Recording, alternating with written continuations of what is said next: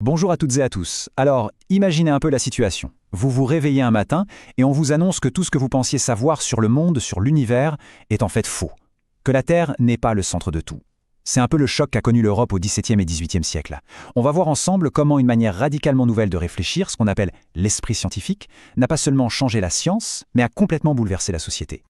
Pour comprendre cette révolution, il faut aller au cœur du problème.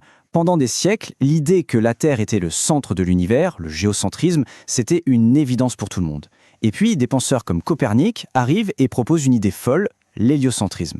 Et là, attention, ce n'est pas juste un petit ajustement technique, c'est un séisme. Ça change radicalement la place de l'humanité dans le cosmos. En gros, on passe du statut de star du spectacle à celui d'habitant d'un petit caillou qui tourne autour d'une étoile parmi d'autres. C'est vertigineux. Alors, comment un tel basculement a-t-il pu se produire? Ce n'est pas juste une question de nouvelles idées, c'est surtout l'invention d'une nouvelle façon de produire du savoir, une nouvelle boîte à outils pour chercher la vérité, la méthode expérimentale. Bon, en quoi ça consiste, cette fameuse méthode? C'est un processus très rigoureux, en 4 étapes.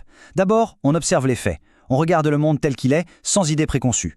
Ensuite, à partir de ces observations, on formule une hypothèse, c'est-à-dire une explication possible. Et là vient l'étape la plus importante, la 3e. On teste cette hypothèse. On fait des expériences encore et encore pour voir si ça tient la route. Et c'est seulement si les résultats confirment l'hypothèse de manière répétée qu'on peut, à la fin, établir une loi générale. Vous voyez, on ne se contente plus de croire ce qui est écrit dans les textes anciens, on vérifie par l'expérience. Et bien sûr, pour observer et expérimenter, il faut des outils. Et ça tombe bien, le XVIIe siècle en a inventé de formidables. Le télescope, par exemple, ou la lunette astronomique de Galilée, et le microscope.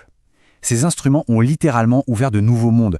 D'un coup, on pouvait voir les cratères sur la Lune, qu'on croyait être une sphère parfaite. On découvrait les créatures minuscules dans une simple goutte d'eau. L'infiniment grand et l'infiniment petit devenaient accessibles à l'enquête humaine. Évidemment, cette nouvelle science qui veut tout vérifier par elle-même, elle va se heurter de front aux autorités de l'époque, notamment religieuses. Et la confrontation la plus célèbre, la plus emblématique de ce choc des mondes, c'est bien sûr l'affaire Galilée.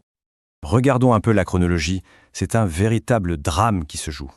En 1610, Galilée observe les satellites de Jupiter.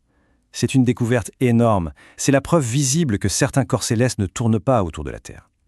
En 1632, il se sent assez confiant pour publier un livre où il défend le système de Copernic. La réaction est immédiate et violente. 1 an plus tard, il est traîné devant le tribunal de l'Inquisition et condamné pour hérésie.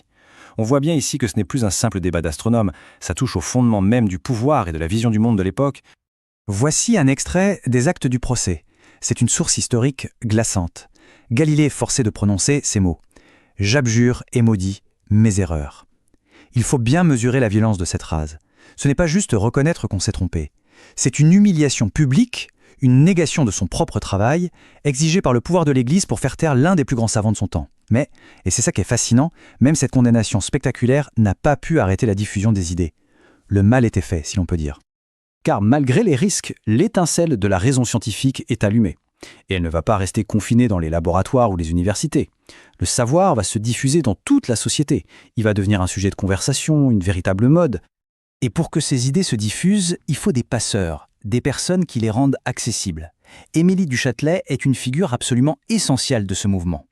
L'œuvre de Newton, par exemple, qui explique la gravité, est un monument, mais écrit en latin et bourré de mathématiques complexes. Eh bien, elle ne s'est pas contentée de le traduire en français. Elle l'a commenté, expliqué, amélioré. Elle a été un pont intellectuel majeur. Cette citation, à elle seule, est très révélatrice. Elle nous dit que pour une femme de l'aristocratie à cette époque, qui était exclue de la politique, de l'armée, des grandes carrières publiques, eh bien, la science, l'étude, ce n'était pas juste un hobby. C'est un espace de liberté, un moyen d'exister par soi-même, de s'accomplir intellectuellement. La quête du savoir devient un outil d'émancipation. La science devient même un véritable spectacle. Le meilleur exemple, c'est la ballomanie, la folie des premiers vols en montgolfière à la fin du XVIIIe siècle. C'était l'événement à ne pas manquer. Et regardez qui participait à la construction de ces engins. On a des physiciens et des ingénieurs, bien sûr, mais aussi des artistes, des artisans, des chimistes. Ça montre bien que la science n'est plus l'affaire d'une petite élite. Elle captive l'imagination de toute la société.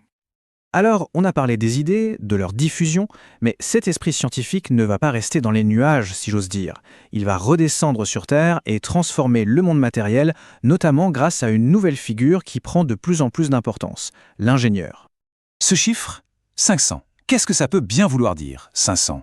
C'est le nombre de litres d'eau par minute que la pompe à feu de Thomas Newcomen, l'une des toutes premières machines à vapeur efficaces, pouvait évacuer d'une mine inondée. Ce tableau résume parfaitement la réaction en chaîne qui se met en place. Le problème de base, c'est que les mines de charbon sont constamment inondées. La solution, apportée par un ingénieur qui applique des principes scientifiques, c'est une pompe mécanique.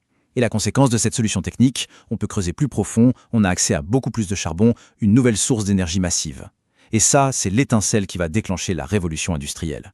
C'est un exemple parfait de la science qui façonne le monde. Alors, pour conclure, quel est l'héritage le plus durable de toute cette période?